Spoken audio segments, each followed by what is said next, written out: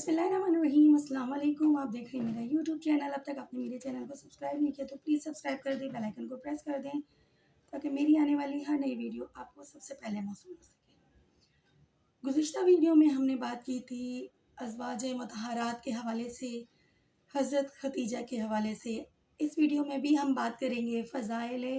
ام المومنین حضرت ختیجہ کی۔ حضرت ابو ہریرہ رضی اللہ عنہ سے روایت ہے، انہوں نے بیان کیا کہ حضرت جبرائیل علیہ السلام رسول اللہ صلی اللہ علیہ وآلہ وسلم کے پاس آئے اور کہا کہ اے رسول خدا، یہ ختیجہ آ رہی ہیں، ان کے ساتھ ایک برتن ہے، اس میں سالن اور کھانا ہے۔ جب وہ آپ کے پاس آ جائیں تو ان کو ان کے پروردگار کی طرف سے سلام پہنچائیے اور میری طرف سے بھی، اور یہ ان کو خوشخبری سنائیے جنت میں موتیوں سے بنے ہوئے ایک گھر کی، جس میں نہ شور و شغب ہوگا اور نہ کوئی زحمت اور مشقت ہوگی۔ صحیح بخاری اور صحیح مسلم۔ حضرت ختیجہ رضی اللہ عنہا کی 3 خاص فضیلتیں جو میں آپ کے سامنے بیان فرما رہی ہوں احادیث کی روشنی میں، وہ ایک معزز، دولت مند اور بوڑھی خاتون ہونے کے باوجود رسول اکرم صلی اللہ علیہ وسلم کے لیے کھانے پینے کا سامان گھر پر تیار کر کے غار حرا تک خود لے گئیں، جو کہ اس وقت مکہ شہر کی آبادی سے قریباً 2.5-3 میل کے فاصلے پر تھا، اور حرا کی بلندی کی وجہ سے اس پر چڑھنا اچھے طاقتور آدمی کے لیے بھی آسان نہیں۔ بلا شبہ حضرت ختیجہ کا یہ عمل ایسا ہی تھا کہ اللہ تعالیٰ اور اس کے رسول کی بارگاہ میں اس کی خاص قدر ہوگی۔ دوسری بڑی فضیلت یہ ہے کہ رسول اللہ صلی اللہ علیہ وسلم کے ذریعے ان کو رب العرش اللہ تعالیٰ کا سلام اور اسی کے ساتھ اس کی عظیم المرتبہ فرشتے جبرائیل امین کا سلام پہنچایا گیا۔ نمبر 3، جنت میں ان کے لیے موتیوں سے بنے ہوئے بیت اللہ گھر کی بشارت دی گئی، جس کی خاص صفت یہ ہے کہ نہ تو اس میں کسی قسم کا شور ہوگا،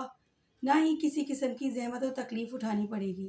جیسا کہ دنیا کے گھروں میں عام طور پر اپنے گھر والوں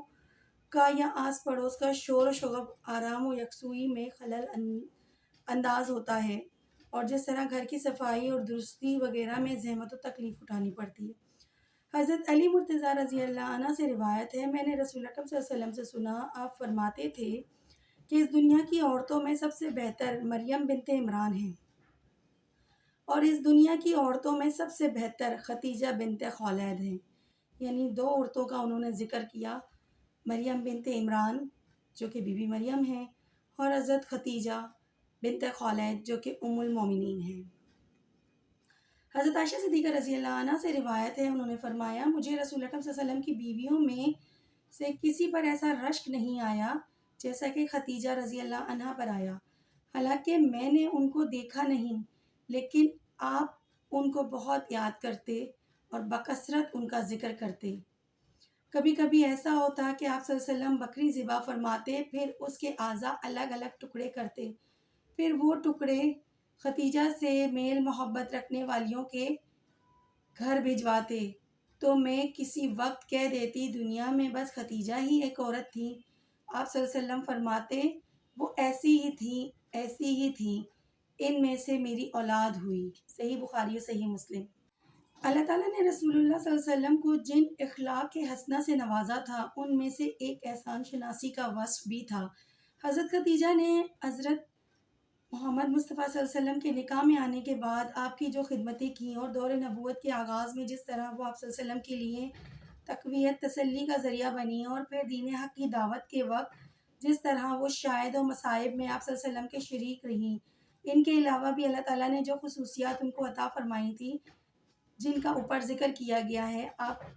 ان کا حق تھا کہ حضرت محمد صلی اللہ علیہ وسلم ان کو کبھی فراموش نہیں کرتے،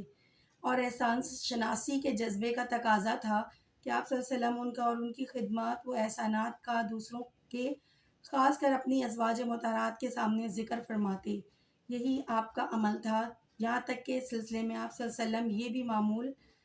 فرماتے تھے کہ کبھی کبھی آپ صلی اللہ علیہ وسلم بکری ذبح کرتے تھے اور اس کے گوشت کے پارچے حضرت ختیجہ سے میل محبت تعلق رکھنے والی خواتین کو ہدیے کے طور پہ بھیجتے۔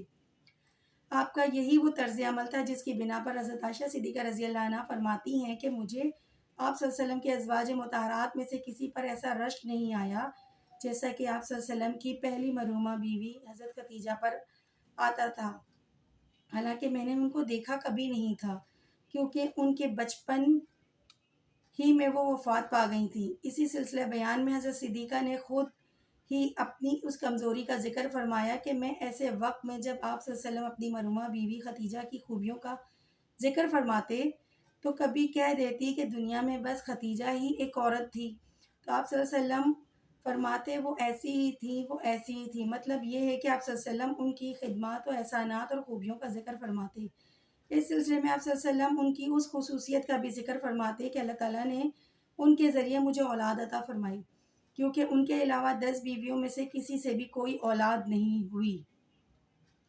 یہاں یہ بات قابل لحاظ ہے کہ حضرت ماریہ قطبیہ سے ایک صاحبزادے پیدا ہوئے جن کا نام آپ صلی اللہ علیہ وسلم نے ابراہیم رکھا تھا۔ وہ شیر خواری ہی کے ایام میں صرف 2.5 سال کی عمر میں انتقال کر گئے تھے، لیکن حضرت ماریہ آپ صلی اللہ علیہ وسلم کے ازواج مطہرات میں سے نہیں تھی، بلکہ آپ صلی اللہ علیہ وسلم کی مملوکہ تھی، جس کو اسکندریہ کے صاحب حکومت مکوکس نے کچھ اور ہدایہ کے ساتھ آپ صلی اللہ علیہ وسلم کی خدمت میں ہدیہ کے طور پہ بھیجا تھا۔ پھر حضرت ابراہیم کی پیدائش کے بعد شریعت کے حکم کے مطابق ولد ہو گئیں، تاکہ رسول اکرم صلی اللہ علیہ وسلم کی وفات کے 5 سال کے بعد حضرت عمر رضی اللہ عنہ کے دور میں انہوں نے وفات پائی۔ اپنی خاص دعاؤں میں مجھے بھی یاد رکھیے گا۔ اللہ حافظ۔